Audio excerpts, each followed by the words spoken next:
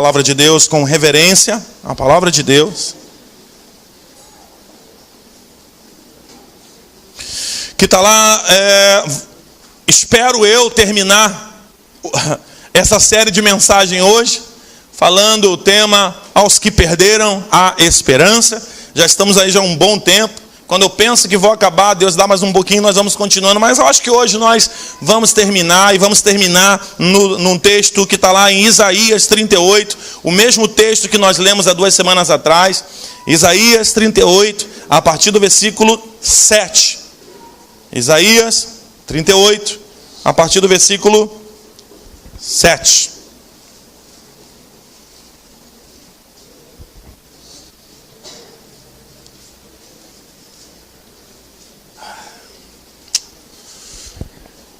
Diz assim a palavra do Senhor: este é o sinal de que o Senhor fará o que prometeu.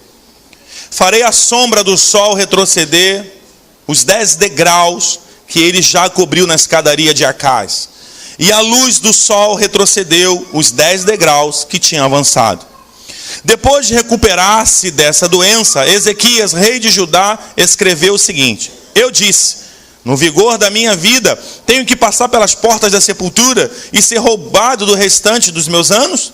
Eu disse, não tornarei a ver o Senhor na terra dos viventes. Não olharei mais para a humanidade, nem estarei mais com os que agora habitam nesse mundo. A minha casa foi derrubada, foi tirada de mim, como se fosse uma tenda de pastor. A minha vida foi enovelada como faz o tecelão, e ele me cortou como um pedaço de tecido. De noite foste acabando comigo. Esperei pacientemente até o alvorecer, mas como um leão ele quebrou todos os meus ossos. Dia e noite foste acabando comigo. Gritei como uma andorinha, como um tordo, gemi como uma pomba chorosa, olhando para os céus. Enfraqueceram os meus olhos, estou aflito. Ó Senhor, vem em meu auxílio. Mas o que posso dizer? Ele falou comigo, ele mesmo fez isso. Andarei humildemente toda a minha vida por causa dessa aflição da minha alma. Senhor, por tais coisas os homens vivem, e por elas também vive o meu espírito. Tu me restaurastes a saúde e deixaste-me viver. Foi para o meu benefício que tanto sofri, e o teu amor me guardastes da cova da destruição. Lançastes para trás de ti todos os meus pecados, pois a sepultura não pode louvar-te, a morte não pode cantar em teu louvor.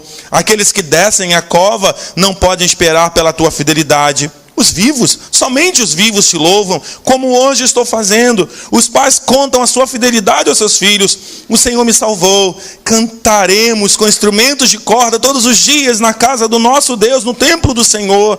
Isaías dissera, aplique uma pasta de figos no furúnculo e ele se recuperará. Ezequias tinha perguntado, qual será o sinal que subirei ao templo do Senhor? Qual será o sinal em que a cura virá? Somente até aqui, feche os seus olhos.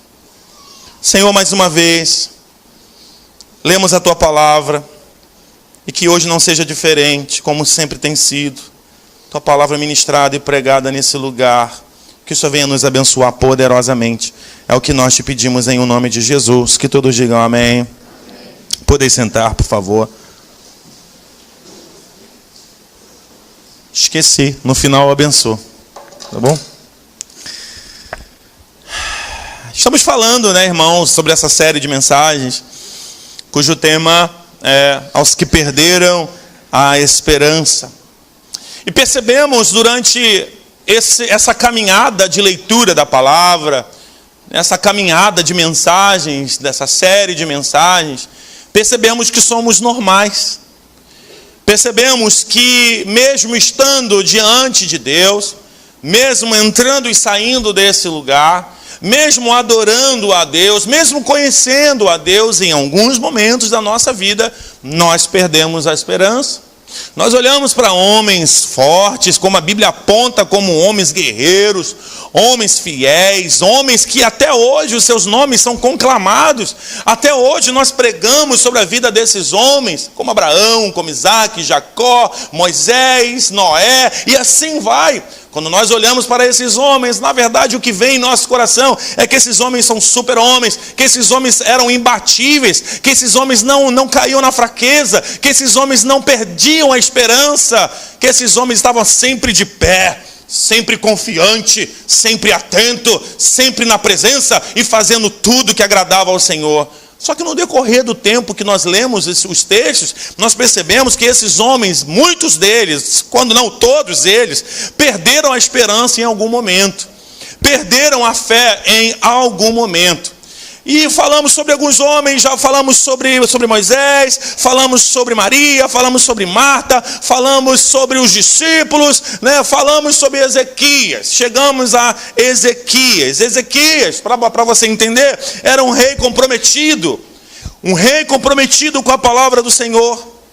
E de repente, mesmo sendo comprometido, mesmo sendo um grande homem de Deus, mesmo assim, um homem temente ao Senhor, diz a palavra de Deus, que na vida desse homem começam a acontecer coisas inesperadas. Na vida dele começam a acontecer coisas inesperadas, coisas que iam de contra a teologia daquela época.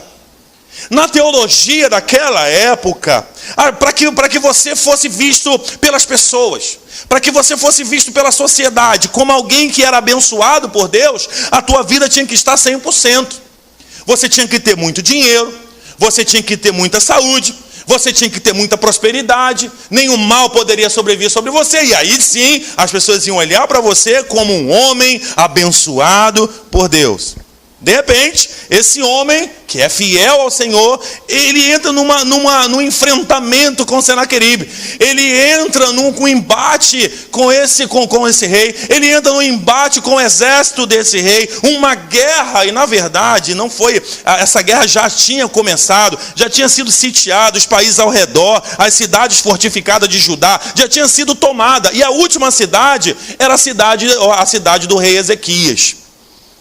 E você imagina aquele momento em que esse homem estava ali vivendo. Foi nesse momento em que esse homem tomou ou recebeu algumas notícias ruins.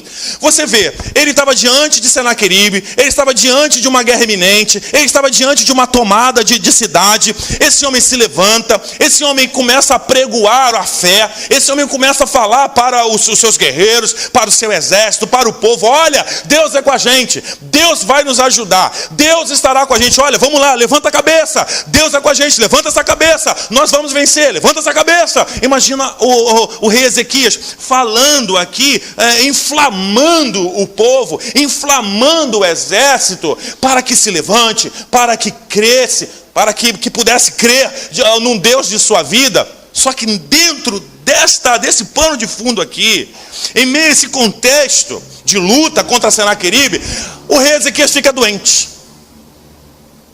O rei Ezequias fica doente, e você imagina, você já no meio de uma guerra, você já no meio de um problema, você entrar em outro problema. Me faz recordar quando eu estava, agora, a segunda vez que eu tive que operar a coluna, que eu estava no meio de uma guerra com a coluna, e eu lembro que eu comecei a passar mal. Quando eu fui no médico, eu estava com cálculo renal, ou seja, eu estava com problema na coluna, eu não levantava da cama, e de cima de uma cama veio outro problema, que foi um cálculo renal, que me fez ir para o hospital. E muitas pessoas: nossa, o pastor operou rápido. Mal sabiam eles, ou as pessoas, que o pastor tinha ido não para operar a coluna, mas para operar o cálculo renal. Ou seja, um problema em cima do outro problema. Foi exatamente assim que aconteceu com o rei Ezequias. E naquele momento que o rei Ezequias ficou doente, diante dessa guerra, mesmo assim, ele levanta, ele fala com o povo, ele incentiva o povo, ele incentiva os soldados, e de repente Ezequias recebe uma visita inesperada de um profeta, um pastor, que chega para ele e fala: olha, Ezequias, deixa eu te contar uma coisa, prepara o seu funeral, prepara tudo que você tem aí, prepara a sua família, prepara os seus filhos, porque você vai morrer. Imagina a situação desse homem, a história. Só que a história do rei Ezequias traz para nós algo muito bom, porque a história verdadeiramente começa a trazer assim, o exemplo para nós, quando Isaías sai do quarto do rei Ezequias. Porque até então, o que Ezequias está vivendo é o que nós vivemos todo dia. Mas nós aprendemos com Ezequias o que fazer quando a luta vem. Nós aprendemos com Ezequias o que fazer quando a má notícia vem. Nós aprendemos com Ezequias o que ele fez para poder agradar a Deus e para fazer com que Deus olhasse para ele com misericórdia e desse mais 15 anos de vida para o rei Ezequias. Quando Isaías sai do quarto do rei Ezequias, eu imagino que a casa dele estava cheia, e ele queria um particular com Deus, diz a palavra de Deus, que ele se volta para a parede lisa. Ele começa a orar incessantemente. Ele começa a falar com Deus, ele começa a clamar ao Senhor. Tem outros textos na Bíblia que nós vamos até lá daqui a pouco, lá em Crônicas, ou vamos também em Reis, e nós vamos ver que alguns textos paralelos aqui, mas Isaías 38, ele narra do coração, ele fala do coração de Ezequias, ele trata da alma de Ezequias. E Ezequias, quando olha para a parede, Ezequias é humano. Ezequias tira ou sai do trono de glória. Ezequias tira as vestes reais. Ezequias, ele se coloca numa posição humana. Porque às vezes nós achamos que uma oração, e ele começa a orar ao Senhor, e às vezes nós achamos que uma oração, ela tem que ser uma oração imponente. Uma oração para poder falar com Deus, para poder atrair Deus para a nossa vida. E às vezes nós achamos que a nossa oração tem que ser uma oração com palavras rebuscadas. Ezequias mostra para a gente que não tem nada disso. Ezequias mostra para a gente que a oração dele é uma oração que mostra para ele o nada que ele é. Ezequias mostra para a gente que na oração dele, ele tira as vestes e se mostra para o Senhor como alguém que depende do Senhor. Ezequias faz isso. Ele diz para o Senhor: Senhor, eu estou me sentindo roubado. Ele fala isso para o Senhor: Senhor, a minha vida está sendo tirada de mim. Senhor, eu não tenho filhos. Senhor, eu não tenho herdeiros para conduzir o reinado. Senhor, eu não entendo o que está acontecendo comigo. Ezequias manda um papo reto. Diga para o teu irmão: tem horas que a gente tem que mandar um papo reto para Deus. Fala para ele aí. É papo reto. Às vezes a gente fica muito cheio de dedos, sabe? Tal, porque eu tenho que falar, porque me disseram que tem que ser assim. Não, meu irmão, o Deus que você serve é um Deus simples. Um Deus que quer ouvir. Clama a mim, diz o quê? Clama a mim e responder-te-ei. Clamar, chorar, pedir. Ezequias faz isso, ele olha para a parede lisa e começa a falar: ó, caramba, me ajuda aí. O que é isso? Eu sou fiel. O que é isso? Senhor, me ajuda, por favor. Eu sei que o Senhor é dono de tudo, eu sei que o Senhor manda em tudo, mas olha só, olha a minha vida, eu não posso morrer agora. Eu tenho coisas para fazer ainda. E diz a palavra de Deus que o profeta Isaías já estava na escadaria.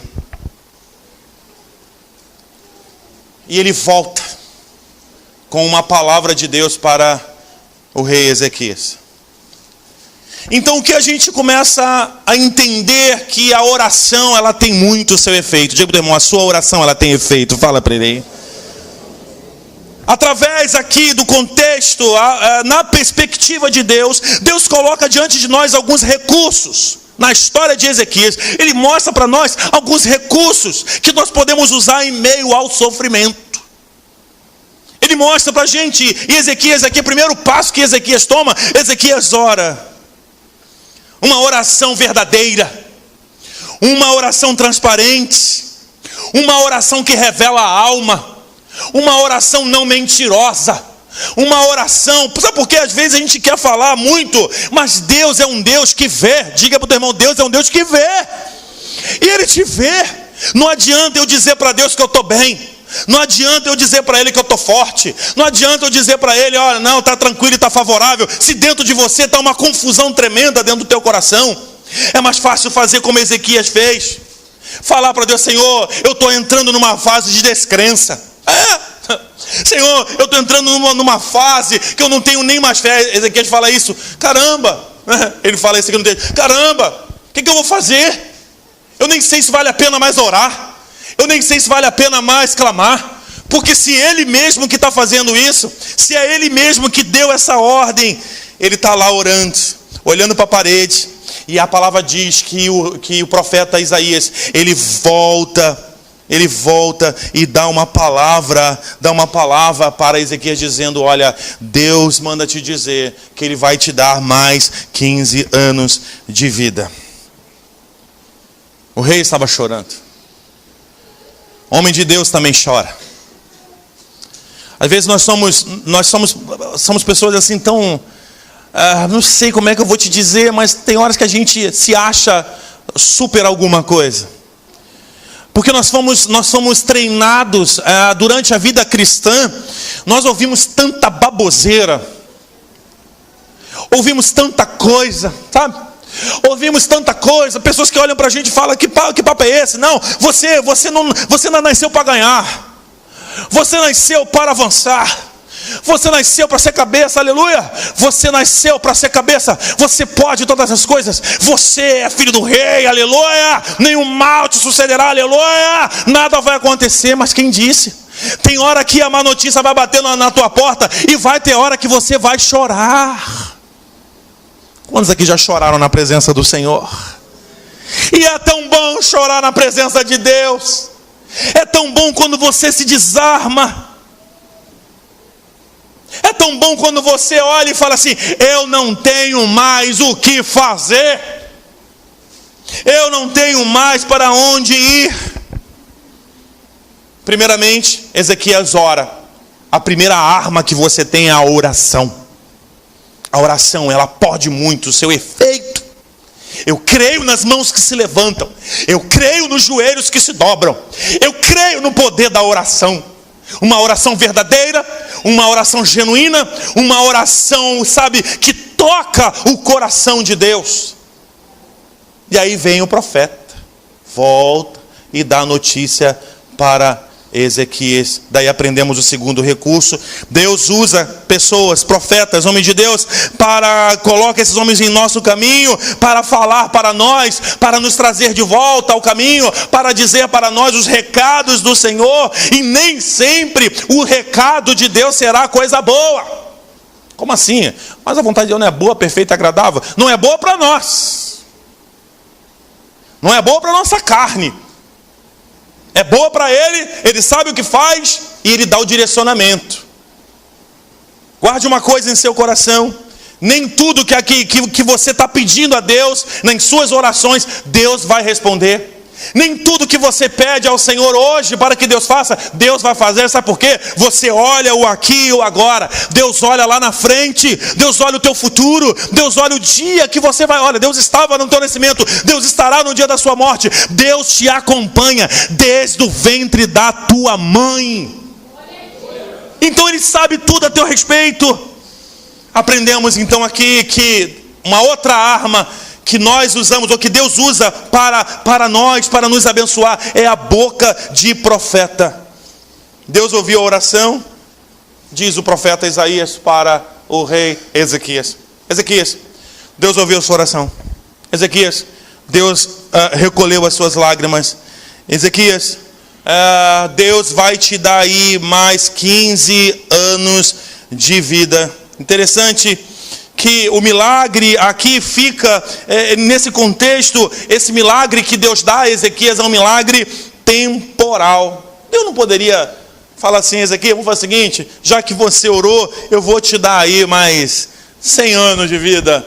Ezequias, vamos fazer o seguinte, vou deixar você viver naturalmente. Mas Deus só deu mais 15 anos de vida para o rei Ezequias, para mostrar para o rei Ezequias uma única coisa: rei, tu é rei, tu é senhor, né? Você manda em tropas, você tem um povo ao teu dispor, tem, né? Você é rei, né? Ok. Mas você só tem 15 anos, Ezequias. Você tem data de validade. Você é pó, você não é nada. Vira para o teu vizinho e fala para ele assim: meu queridão, não está estampado em você não. Fala para ele, não está em você não. Mas você tem data de validade. Nós temos data de validade. O Senhor, Ele deixa isso muito bem claro.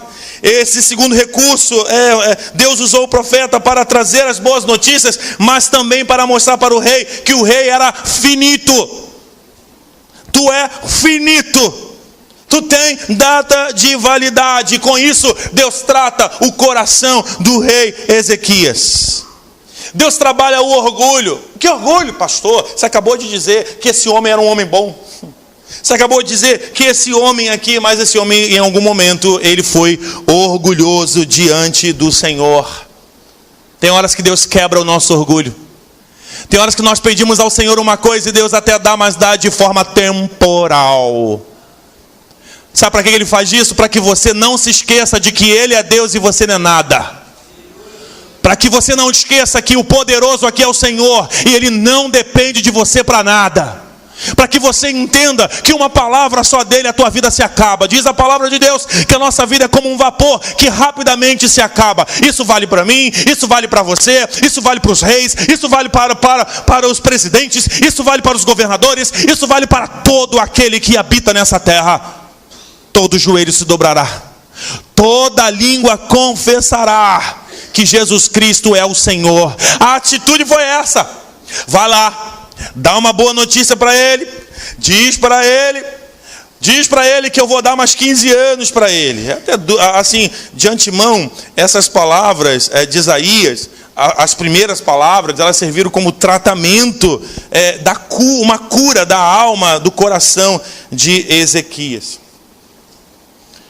Até aquilo, irmãos, que eu acho que é duro, que não foi certo, Deus usa através da sua palavra para nos confrontar.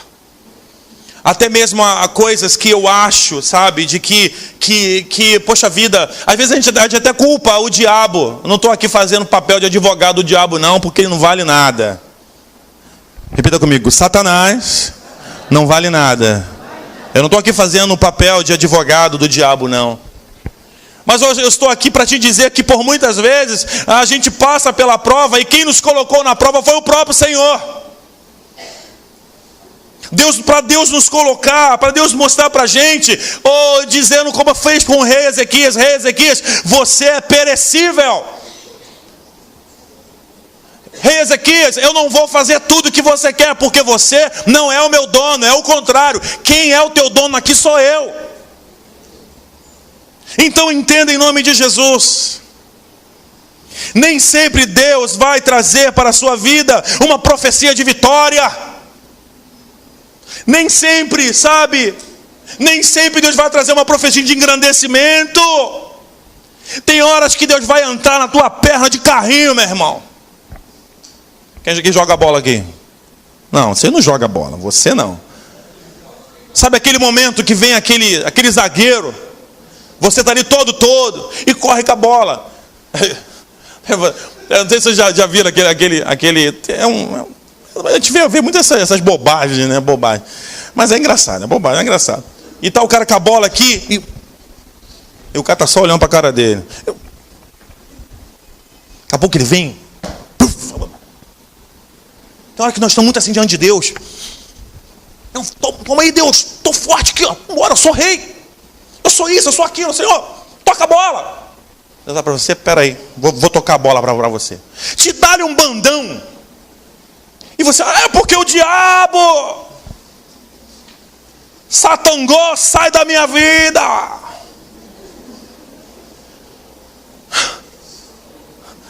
Oh meu Deus.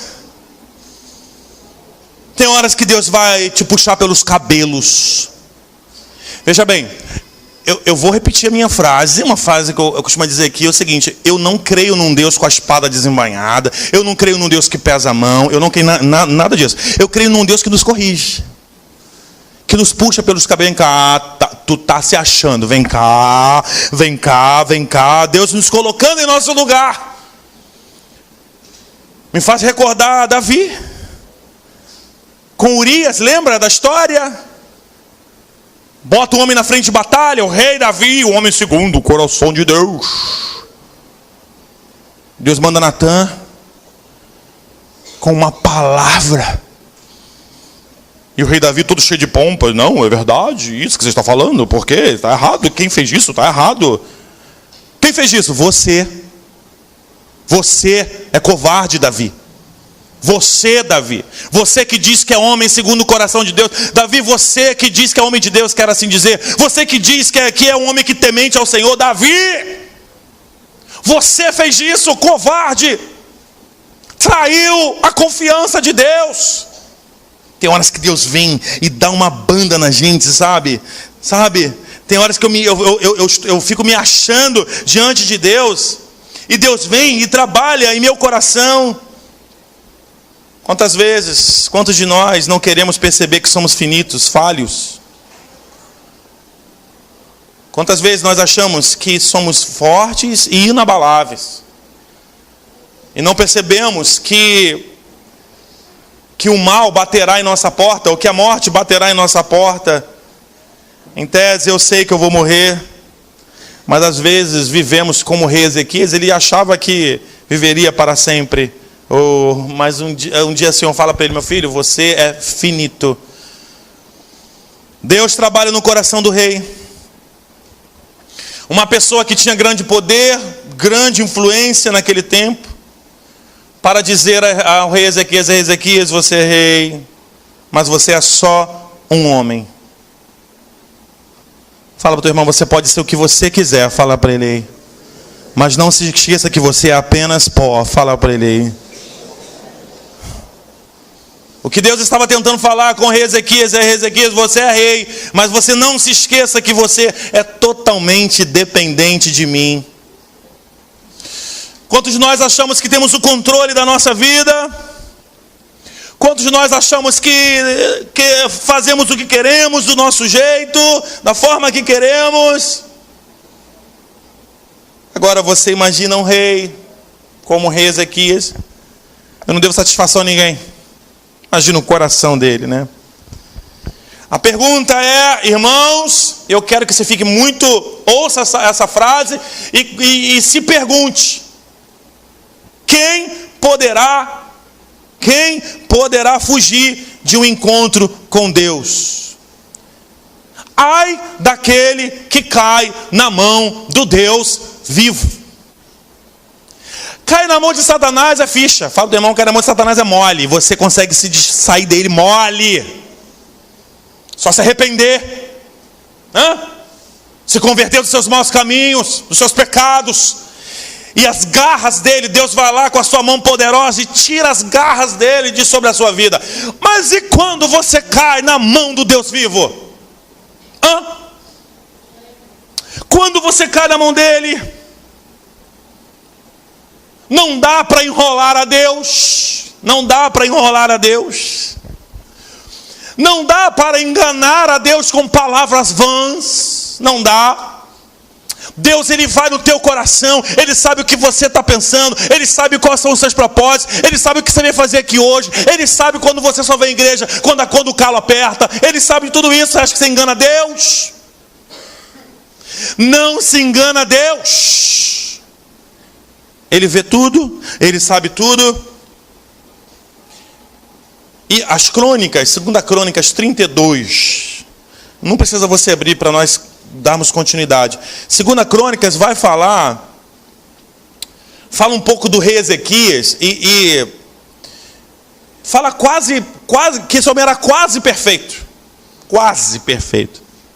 Eu imagino que as mulheres daquela época gostariam muito de casar, acho que brigavam para tentar casar com o rei Ezequias, por ele ser um cara tão bom, um cara tão maravilhoso. Mas lá em 2 Crônicas 32, 25 a 26, fala o seguinte: mas Ezequias tornou-se orgulhoso e não correspondeu à bondade que foi tratada.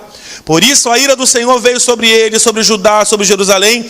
Então Ezequias humilhou-se, reconhecendo o seu orgulho, como também o povo de Jerusalém. Por isso a ira do Senhor não veio sobre eles durante o reinado do rei Ezequias. O problema é quando o coração endurece.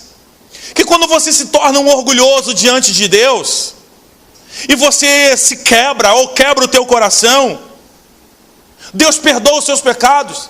Quando você faz igual Ezequias fez aqui, de se humilhar diante do Senhor e falar: Senhor, olha, verdadeiramente, eu não valho nada, eu não tenho nada, para onde eu vou, fazer o quê? Só Tu tens a palavra, só Tu tens a resposta. Quando eu faço isso, Deus perdoa o nosso coração. Mas quando nós fazemos como Ezequias fez, quando se olha para a parede branca, quando se olha para a parede lisa e fala com o Senhor o que verdadeiramente está em teu coração. Já parou para pensar que de vez em quando você é metido a besta? Fala, tem hora que você é metido a besta. Fala para ele aí. Né? Já percebeu isso? Tem hora que a gente é meio metidinho. Ah, não, porque, glória a Deus, eu sou cristão, aleluia. Sou metido a besta. Parece não, porque, entendeu? Eu sou diferente. Qual é a tua diferença? Olha para mim agora. Qual é a tua diferença, você que está aqui, para aquele que está lá fora? Qual a diferença tua que está dentro dessa igreja hoje com cara de crente? Dá uma olhada, olha a cara de crente que ele tem. Olha a cara de crente, bigodinho, de crente. Tudo de crente. Olho de crente, cabelo de crente. Roupa de crente. Careca de crente, até careca de crente. Qual é a diferença tua para aquele que está lá fora? É isso que Deus quer tratar. Não porque, aleluia, eles são pecadores e eu estou aqui. Não, você também é pecador sem vergonha. Ih, falei. Eu também sou um pecador sem vergonha. Agora ficou legal, pastor, que o senhor se colocou na parada, então estamos juntos e misturados. É isso aí. Deus queria tratar do orgulho que estava infiltrado no coração do rei Ezequias. Deus trata do nosso orgulho. Nós somos realmente muito metidos a besta. E vem Deus e fala: deixa eu tratar da sua vida, do teu coração, ô metido a besta. Deixa eu pegar você pelo pé. Às vezes nós não entendemos, a gente não entende ou se faz de desentendido do que Deus está falando, do que Deus quer. A diferença da nossa para quem está lá fora é que o pecado lá de fora aparece facilmente, mas o de muita gente está oculto dentro da própria igreja. Deus está olhando para você. O que Deus fala é simples, meu filho. Eu que estou conduzindo a sua vida. Sou eu que estou colocando os problemas. Sou eu que estou te colocando a luta. Para ver como está o teu coração. Porque você fala demais na minha presença, mas age pouco fora daqui, diz o Senhor. Glória a Deus mesmo. Quem está entendendo, diga glória a Deus. E Deus vem para o rei Ezequias e fala: Ezequias, deixa de ser metido a besta. Deus fala para você hoje: deixa de ser metido a besta. Deixa de ser crentão. Tu é muito crentão. Santarrão. Santarrão, você é santarrão. Tem uma auréola na sua cabeça aí, é um anjo.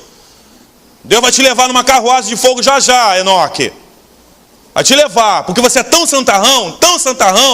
E Deus está falando para você: tu é santarrão, né? Tá bom, deixa eu ver aqui. Vem Deus e dá-lhe uma trombada na gente. Sabe aquela trombada, aquela vez que você está correndo e você corre para pegar o metrô? Não sei se já aconteceu isso comigo.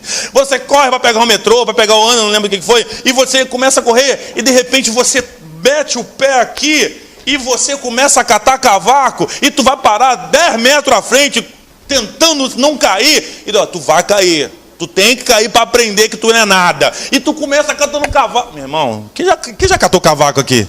Jesus, que terrível, né? Catar cavaco é a coisa mais terrível do mundo.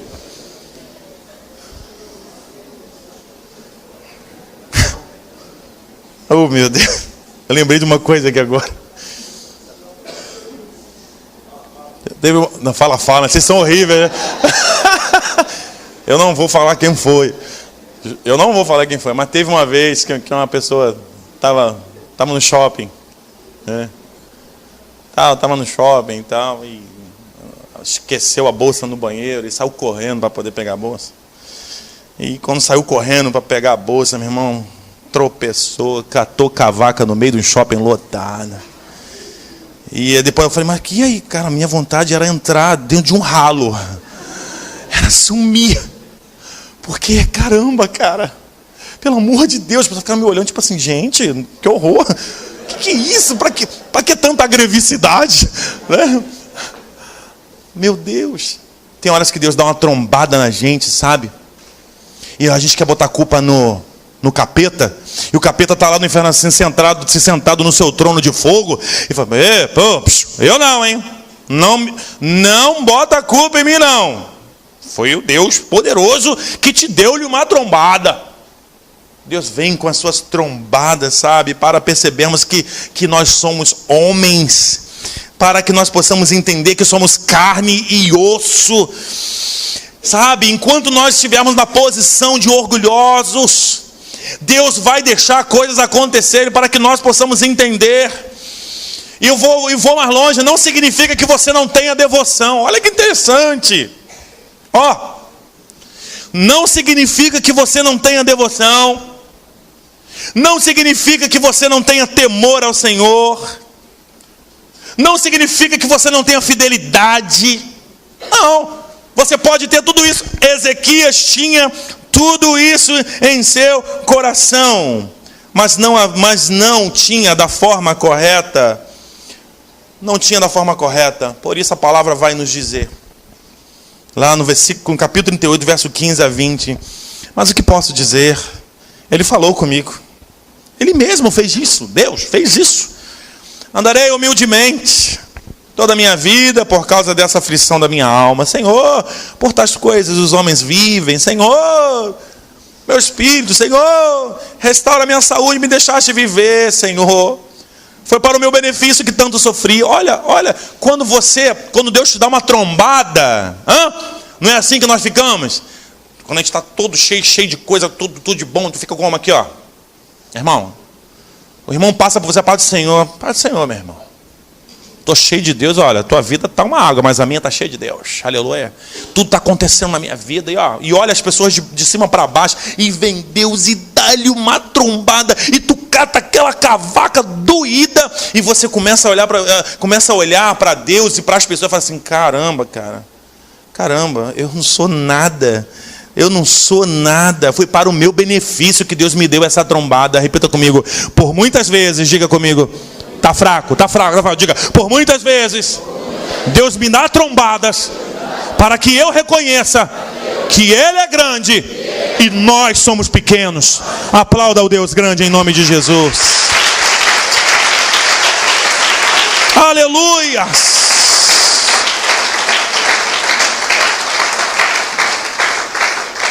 Aqui Ezequias começa a adorar diferente. Aqui ele fala no versículo 20: cantaremos com instrumento de corda todos os dias da nossa vida no templo do Senhor, pois Ele me salvou.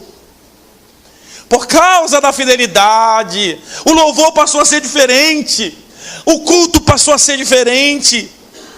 Sabe o que eu vejo com isso, irmãos? Que as palavras duras de Deus abençoam a nossa vida. As trombadas de Deus abençoam a nossa vida. A grande lição de fé que temos aqui é que Deus ama você e por isso Ele ouve a oração, assim como Ele ouviu a oração de Ezequias. Mas antes disso, Ele deu-lhe uma trombada. E tem horas que nós verdadeiramente precisamos de uma trombada.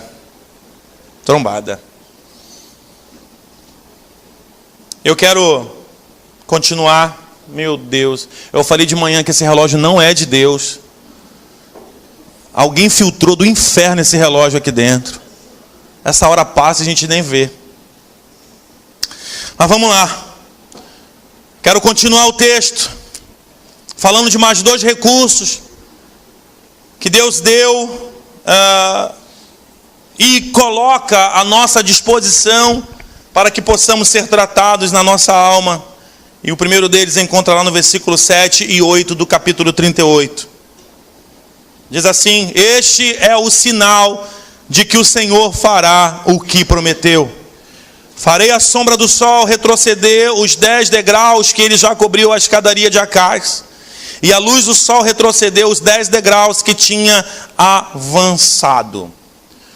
A gente olha esse texto, como assim? Meio sem nexo, né? Mas eu convido a você agora a abrir sua Bíblia lá em 2 Reis, capítulo 20. Para você entender melhor o significado desse sinal. Conforme eu falei, existem outros textos paralelos, né? Crônicas, falamos de crônicas. Agora estamos em 2 Reis, capítulo 20. Você vai ver que esses textos falam do rei Ezequias, falam do que aconteceu com ele. E você vai entender o significado desse sinal que aconteceu aqui na vida do rei Ezequias, que ele pediu. Diz assim, Ezequias perguntando a Isaías: qual será o sinal de que o Senhor me curará e de que hoje há 3 dias subirei no templo do Senhor? Deixa eu te explicar aqui uma coisa. Olha para mim, rapidamente, o contexto aqui. Eu estou doente, Ezequias está doente, os médicos não sabem o que fazer com ele, a coisa está feia. Chega o profeta e diz para ele: olha, você vai morrer, prepara a tua vida, prepara a tua família, prepara o reinado, tal. E aí Ezequias faz o que nós falamos, vira o rosto para a parede, começa a orar ao Senhor. 15 minutos depois, mais ou menos, 15 minutos depois, o profeta volta e diz que Deus ouviu a oração do rei Ezequias, que Deus vai dar mais 15 anos para ele. Ele olha, mesmo depois daquela palavra, porque quando a gente ouve uma profecia da parte de alguém, da parte de Deus para a nossa vida, a gente quer ver que a coisa aconteça na hora.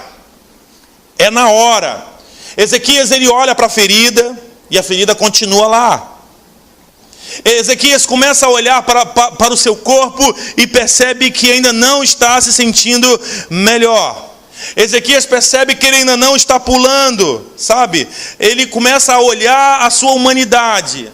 E aí ele olha para Isaías e diz: Isaías, tá bom, ok, eu creio.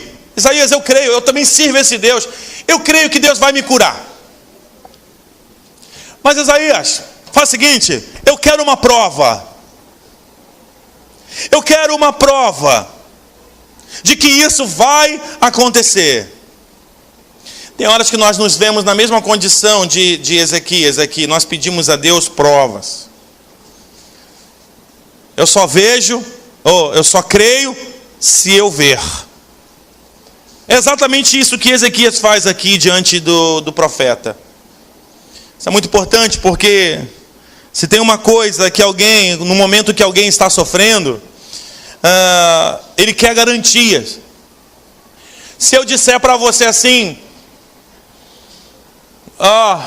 teu filho será curado do câncer. É muito bom você ouvir isso. Mas você quer mais. Só uma palavra que o teu filho será curado do câncer não é suficiente. Você quer ouvir algo mais. Você quer provas concretas de que Deus fará alguma coisa. Porque você não quer sofrer de novo com a desesperança. Porque você já acreditou demais. Porque você já empenhou a sua fé. E cada vez que você empenha a sua força e a sua esperança, e quando você se decepciona, parece que você dá 20 passos atrás. E nós não queremos sofrer de novo. Nós não queremos padecer de novo. E às vezes nós pegamos a Deus e colocamos a Deus como se fosse alguém parceiro nosso, alguém que nos decepcionou. Guarde uma coisa: se Deus falou, Ele vai fazer. Se Deus deu a promessa, Ele vai cumprir a sua promessa em sua vida. Entende? Deus não é homem para que minta. Ele não mente, Ele não falha, Ele não chega atrasado. O Deus que eu sirvo, que é o Deus que você serve, Ele vai agir no seu tempo, na sua hora, no tempo oportuno. Ezequias estava lá diante do profeta e disse: tudo bem, vou ficar feliz agora com a notícia. Beleza, Isaías, vou ficar felizinho aqui, tá? Mas você vai embora e a ferida continua, Isaías. A dor continua, Isaías. Por isso, ele olha para o profeta e faz essa... Ele pede uma prova. Olha, me dá um sinal que vai acontecer. Na verdade, eu acho que Ezequias foi muito ousado. Já estava no prejuízo. E mesmo assim, Ezequias, ele pede uma prova ao profeta Isaías. Mas na verdade ele estava falando era com Deus. E a conversa continua nos versículos seguintes. 2 Reis 20, verso 9, Isaías respondeu: o sinal que o Senhor vai cumprir o que prometeu é esse. Isaías devolve a pergunta para o rei Ezequias: que sinal você quer? O que você prefere? Que a sombra avance na escadaria ou que a sombra volte na escadaria? O que é isso? É um relógio de sol, né? Naquela época você não tinha o digital, né? Você não tinha reloginho. 15 para as 8, aleluia. Não tinha, era o sol. Pelo sol você tinha. Então, Ezequias olha para Isaías e fala: olha, vou na boa, veja bem. Olha a ousadia do rei Ezequias. Isaías, deixa eu te falar uma parada. Olha só, vem para frente a mole. O sol ir para frente, está entardecendo mesmo. O sol vai para frente. O sol está indo. A sombra vai avançar na escadaria. Isaías, eu quero ver a sombra recuar. Eu quero ver a sombra, eu quero este sinal. Eu quero que a sombra, ela avance, ela recue, na escadaria de Acais. Eu quero ver isso para que eu possa crer. Eu acho tremendo porque o que seria mais fácil para Deus? Curar de uma vez por todas ou fazer a sombra voltar na escadaria? Mas o Senhor está falando, e o Senhor ele usa os seus sinais, não porque você está pedindo, não porque você manda nele, mas para que você veja o poder que ele tem sobre tudo e sobre todos. Por que Deus fez isso? Por que Ezequias fez essa colocação para Isaías? Porque eu imagino que Ezequias já estava frustrado. E quantas vezes, não é? Olha para mim, dorme não. Quantas vezes nós nos sentimos assim frustrados? Quantas vezes você já saiu animado, hein? Quantas vezes você já saiu e falou: olha, vai dar tudo certo. Está tudo planejado. Está tudo correndo do jeito que... E de repente dá tudo errado. Como é que fica o teu coração? Você já fica meio que descrente.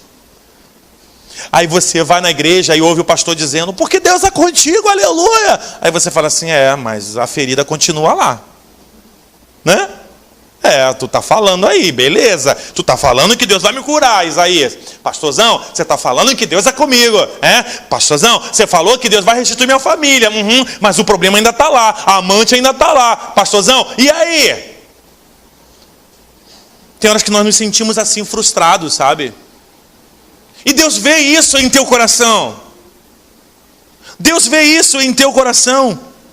O medo de dar errado de novo. O medo de não dar certo. Tem horas que nós colocamos as nossas forças e esperança. 1, 2, 3, 4. E chega uma hora que a gente perde a esperança. Quem já se sentiu assim? Que já perdeu a esperança? Olha, eu não tenho mais força, pastor. É nesse ponto que Deus quer que você chegue. É nesse ponto que Deus quer que você chegue. Quando você olha para dentro de você e não vê mais força alguma. Quando você olha para Deus e fala: Senhor, meu coração está enfraquecido. Eu não sei nem mais o que dizer nas minhas orações. E aí o Senhor começa a trabalhar o teu coração. É na falta de força que Deus opera o milagre. É no deserto que Deus opera os grandes milagres. É no deserto, é na falta de força que Deus começa a renovar o teu coração. Sabe, quando você se sente abalado, quando você já não está nem mais conseguindo mais crer em mais nada, nas promessas do Senhor, você não crê mais na restauração do Senhor. Aqui, o que estava em jogo não era a ferida. Não era a ferida do rei Ezequias, não era o furúnculo. Tem algumas bíblias que falam de furúnculo. Não era a ferida ou a doença dele. Sabe por que não era? Porque Deus já tinha decretado a cura lá dos altos céus. Quando Isaías vai falar com o rei Ezequias, já tinha sido decretado a cura para mais 15 anos. O que Deus estava tratando aqui, que possamos entender, que Deus estava criando aqui uma dinâmica, e Deus tem uma dinâmica, repita comigo, Deus tem uma dinâmica, e na dinâmica de Deus as coisas já aconteceram. Na dinâmica de Deus, você está aqui, mas Deus já decretou, já está certo, Ele vai fazer, mas tem uma hora certa para Ele fazer, mas já está decretado na tua vida. Você crê? Diga glória a Deus. Está decretado, está dominado, está tudo dominado. Deus dominou, já está tudo na mão do Senhor. E o decreto sai do trono dele. Quando a gente lê o Velho Testamento, na palavra lá de Gênesis, quando fala haja luz, a gente não sabe o tempo quanto tempo durou aquilo ali. A gente não sabe, não, porque houve agora. Não, houve um tempo para que a humanidade pudesse ver a luz do Senhor, ou a coisa acontecendo na terra. Da mesma forma somos nós. Há um tempo específico. Há um tempo, sabe, que Deus vai tratando com a gente. O que nós precisamos, e na dinâmica de Deus, o que Deus faz é o seguinte, meu filho, não olha para aquilo que está ao teu redor. Meu filho, não olha para a tua ferida. Tem pessoas que estão olhando muito para a ferida. Fala para o irmão, deixa de lamber a tua ferida. Fala, para de lamber a tua ferida, meu irmão. Coisa horrível, né? Mas essa é a visão que Deus me dá. De pessoas que estão com seus olhos mais fitos na ferida do que nele. Tira os seus olhos da ferida. Tem pessoas que estão ali com a ferida, ela adora a minha ferida. Essa feridinha, aí começa a lamber a ferida. Nossa.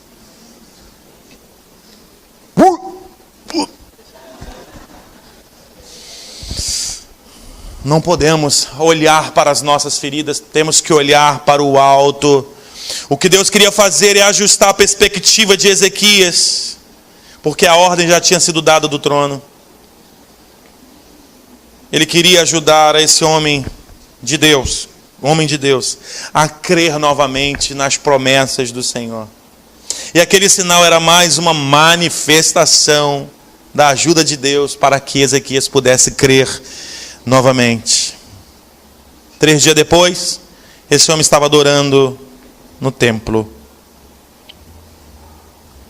Mas a ferida estava lá.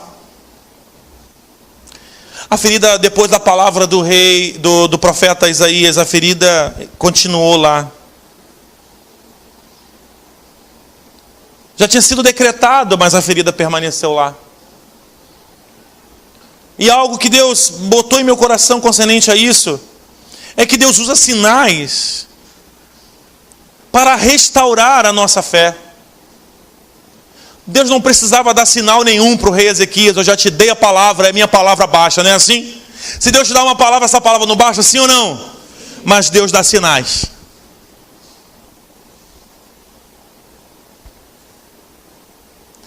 E quando a gente olha os sinais de Deus, a gente começa a olhar para Deus. A nossa ferida, ela já não tem tanto valor para nós. A gente não idolatra tanto a ferida, sabe? Eu tenho sinais de Deus porque Ele se revela poderoso na minha vida. Eu tenho as feridas no meu corpo, mas elas não são tão importantes para mim, porque o que me mantém de pé é a presença do poderoso Deus com seus sinais.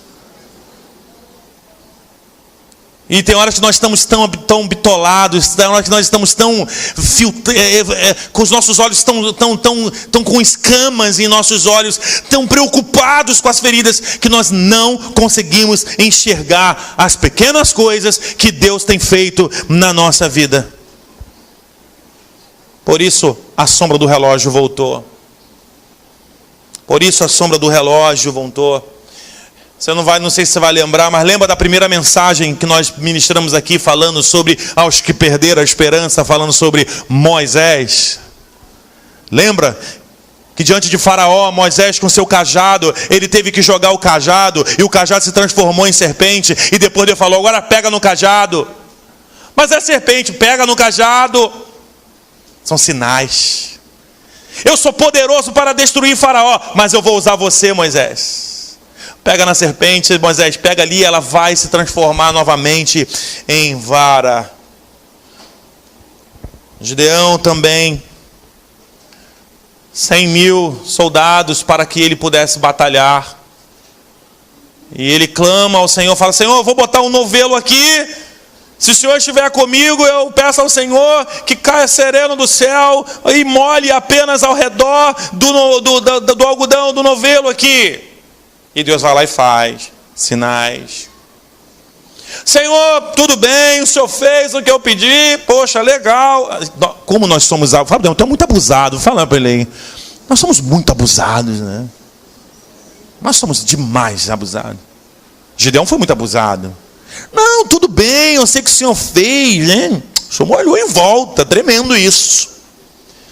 Agora faz o seguinte, eu vou botar de novo aqui, o Senhor molha somente o algodão, a lã, só para ver se o Senhor está comigo mesmo. Tá, ele foi lá e molhou.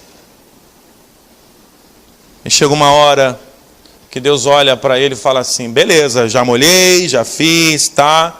Tu tem quantos homens aí com você? Hã? Beleza. Quanto? Tá, vai tirando.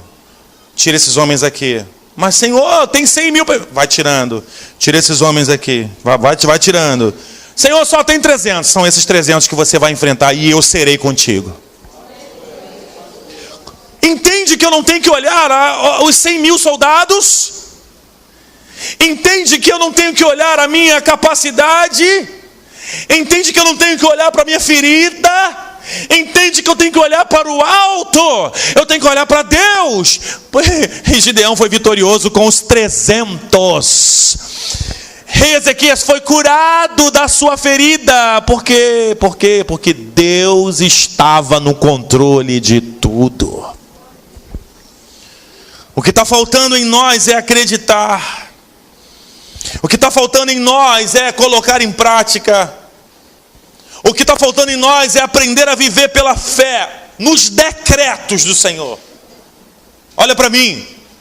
Decreto que sai do trono de Deus. Lembra que eu falei? Quando Isaías vai falar com o rei Ezequias, já tinha sido decretado mais 15 anos na vida do rei Ezequias. Ou seja, em outras palavras, eu não tenho que me basear na palavra do homem. Eu não tenho que me basear na palavra de pessoas que dizem para mim que eu serei vitorioso. Eu sei que Deus já decretou na minha vida a vitória que eu preciso. Diga glória a Deus e aplauda ao Senhor. Eu sei em quem eu tenho crido. Aleluia. Eu quero te dizer que Deus ainda manifesta a sua glória e sinais em nosso meio, meu irmão. Eles são marcos em nossa vida. E como Deus falou para o rei Ezequias, através da boca de Isaías, Deus falou: olha, fala para ele que eu tenho recolhido as suas lágrimas. Olha para mim, eu vou ser como Isaías, o profeta Isaías, nessa noite para você. Diz o Senhor, Ezequias: Deus ouviu a tua oração. Arabaxou. Deus recolheu as tuas lágrimas. Deus te viu com a cara na parede. Sabe que eu vejo isso? Joelho no chão. Deus te viu lá no seu secreto com Ele. E Deus resolveu te dar sinais. E Deus manda te dizer que Ele está no controle de tudo.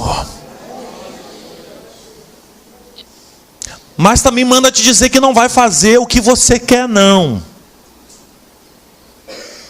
Vai fazer do jeito dele. Levante sua mão direita mais alto que você puder. E diga para o Senhor: bem, se você quiser, olha, preste atenção, isso, se você quiser, falar. Se não quiser, não, vou ficar caladinho, porque isso aí não é para mim não. Diga para o Senhor assim: seja feita a sua vontade. Diga: seja feita a sua vontade na minha vida, em o nome de Jesus. Aplauda mais uma vez a palavra do Senhor.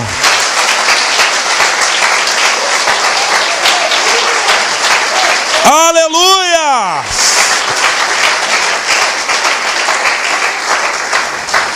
São 8 horas, cravado. Eu tenho mais uma fórmula de Deus para você viver no teu momento de desesperança. Posso passar um pouquinho? Sim ou não? Diga glória a Deus. Não, levanta a mão para eu ver quem está a favor. Senão eu termino o culto aqui agora. Glória a Deus. Então tá bom, já vou terminar.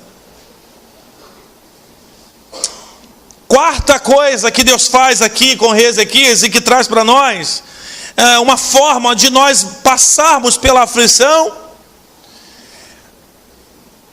e para ser curado diante do Senhor. Isso está lá em Isaías 38, verso 21. Aqui o Senhor usa a boca. Preste atenção antes de você ler. Não quero que você leia aí, só busca aí, mas deixa aí. Aqui o sol volta, Deus dá o sinal para Ezequias. Em câmera lenta, eu imagino que isso deve ter sido em câmera lenta, né? O sol voltando. Termina tudo e lá continua a ferida. Olha como é que Deus nos chama para participar do milagre. Preste atenção. No versículo 38, verso 21, diz assim, Isaías falando para as pessoas que estavam ao redor do rei Ezequias: vocês peguem uma pasta de figo e passa no furúnculo do rei Ezequias e ele será curado. A restauração de Ezequias passava pela restauração da sua fé. Primeiro, Deus usou a oração de Ezequias teve poder. Segundo, Deus usou o profeta para falar a Ezequias, usou a boca de um profeta. Depois Deus usou aqui um sinal, o sinal da escada, lembra? O sinal. E agora Deus vai usar coisa mais simples do mundo. Agora, pega o remédio e passa. Opa! Não, peraí. Pega o remédio e passa. Deus não poderia simplesmente fazer fechar aquela carne, sim ou não? Mas Deus nos chama para participar do milagre. Deus nos chama para participar daquele momento. Tem momentos que Deus propõe para nós passos de fé. Passos de fé. Nós precisamos seguir alguns passos para que o milagre ocorra. Nós precisamos seguir os passos para que aconteça. Me faz lembrar Naamã. Naamã vai em cima do profeta, cheio de marra. Que eu sou Naamã. Imagina ele montado no seu cavalo, cheio de pompa. Chega para o profeta e diz: olha, eu quero falar com o profeta. Aí o profeta: vou quebrar esse orgulho desse cara agora. Quero falar com ele não. Mas ele quer falar contigo, general. Naamã quer falar contigo, orgulhoso. Diz para ele que eu não quero falar com ele não. Fala para ele que se ele quiser ser curado, manda ele mergulhar 7 vezes no Rio Jordão. Eu fico imaginando a cabeça, e ele fala no texto, né? Pô, fala sério. Que papo é esse? Mandar eu mergulhar naquele rio sujo. Imagina, fosse hoje, né? Deus fala para você, você está com uma doença, fala assim: ô Diácono Rogério, quer ser curado? Quero. Vai no Rio Botas. Dá uns 7 mergulhos no Rio Botas. Aquele rio ali onde passa cavalo morto. Tudo que não presta. Não fala para Rose, mas até o Petit passou por ali. Hã? Você vai tirar isso da gravação.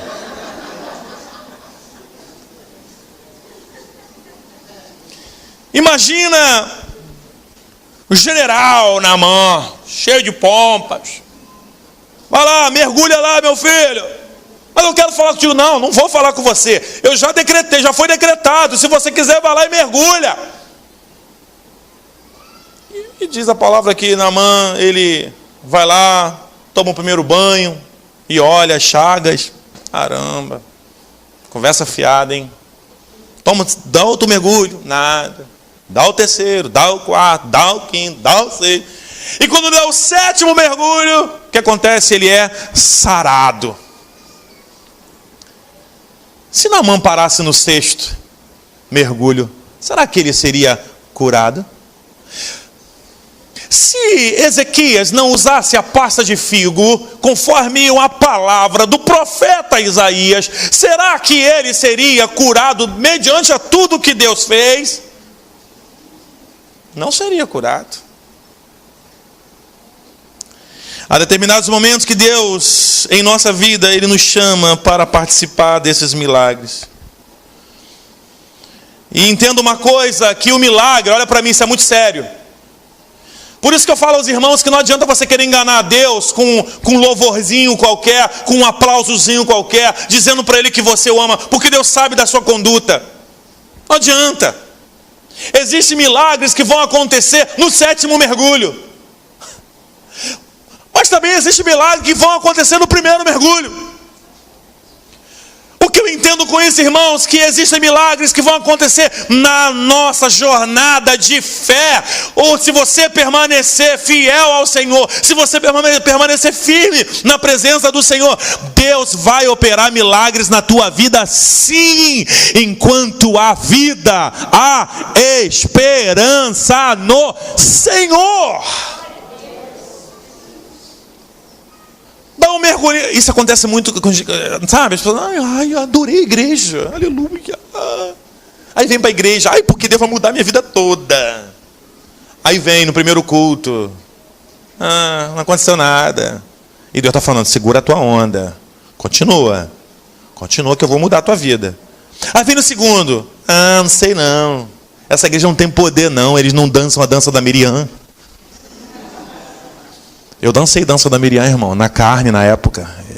Eu era carnívoro na Assembleia de Deus. Eu dançava a dança de Miriam na carne, eu caía arrebatado na carne, tudo na carne. Mas essa igreja não tem dança, não tem profetada, não tem dança da águia, não tem nada disso. Então, meu irmão, estranho, eu vou para um lugar. E Deus está falando, permaneça em Jerusalém, até que do alto sejais revestido de poder. Permaneça. Diga, irmão, permaneça firme e inabalável no Senhor. Porque de repente Deus só vai te dar a tua promessa no apagar das luzes. Sabe? Se Deus mandar, nós temos que fazer. Tudo bem que a ferida vai continuar lá por um pequeno de tempo. E Deus fala, filho, pega a pastinha, faz você tem que ter um trabalhinho, não me tenha como guru da tua vida, não, vai trabalhar um pouquinho, vai fazer alguma coisa, vai buscar para poder ter aquilo que você tanto quer, sabe? Para de ficar só me pedindo, trabalha um pouquinho, faz um pouquinho, me busca um pouquinho, ora um pouquinho, jejua um pouquinho, e se você fizer isso, o milagre vai acontecer na sua vida. Se o profeta mandou, vai lá e faz. Se o mestre mandar, não tem aquela brincadeira, se o mestre mandar, se não fizer, você nunca brincou disso não? Eu já brinquei. Se o mestre mandar, e se não fizer, levaremos uma trombada do Senhor. Aí fica chorando pelos cantos, porque Deus não faz, porque Deus não opera, tal, aquela coisa. Nós temos que ter a visão de Elias. Na dinâmica de Deus, nós precisamos ter fé. Na dinâmica de Deus, Ele quer que você tenha fé. Na dinâmica de Deus, Ele quer que você não olhe para a ferida. Na dinâmica de Deus, Ele quer que você olhe e creia tão somente que Ele vai fazer. Seja no primeiro mergulho, seja no sétimo mergulho, seja numa palavra direta de Deus, ou seja com figos, pasta de figos sobre a tua ferida. Temos que fazer como Elias fez. Elias levanta e fala o seguinte, olha, pega lá o seu já funcionário, né, o seu discípulo, e fala: olha, dá uma olhada aí no céu. Elias estava ali pedindo chuva ao Senhor, né? Ele olha e fala assim: olha, ele pediu chuva ao Senhor e pegou seu empregado e falou assim: dá uma olhada lá fora, veja se você vê algum sinal. Aí o seu empregado olha, céu azulzinho, fica imaginando, né? Tu não vê nada. Tu olha, você não vê nada. Elias olha, fala: vai lá agora de novo. Meia hora depois, 2 horas depois, 1 hora, sei lá. Ele vai. Nada. E Elias continuou: vai lá de novo. Olha a fé do coração de um homem. É você olhar toda hora. Espera aí, vai vir, deixa eu ver. Não, ainda não, né? Mas vai vir. Vai vir. Daqui a pouco ele vai vir. Vai vir, a chuva vai vir, porque eu estou clamando não a Deus de barro, eu estou clamando ao Deus vivo, o dono da chuva, então a chuva vai vir. E Elias faz isso várias vezes, até que chega um ponto que o seu empregado volta e Elias fala: e aí, olha, eu vejo, está um pouco distante. Eu acho que é. Eu vejo uma nuvem do tamanho da mão de um homem. Elias para. Aleluia! Esse é o sinal que a chuva de Deus vai descer. Às vezes a gente está esperando um grandioso, tempestade, vento forte, temporal. E às vezes Deus quer começar com uma pequena nuvem do tamanho da mão de um homem. Olha com os olhos da fé. Olha para a pequena nuvem. Não desista da primeira olhada. Não desista se não aconteceu agora. Deus manda te dizer o seguinte: meu filho, pode não ter acontecido ainda, mas eu vou fazer na tua vida. E pessoas vão olhar e vão dizer para você como isso aconteceu, e você vai declarar: porque só o Senhor é Deus. Aplauda esse Senhor. Aleluia.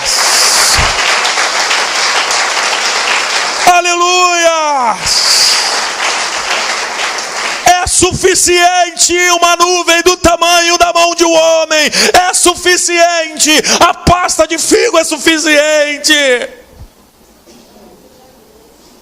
O rio Botas é suficiente. Se o mestre mandou, faça. E aqui eu encerro esta palavra. E louvado seja Deus. Eu encerro essa série de mensagens aos que perderam a esperança.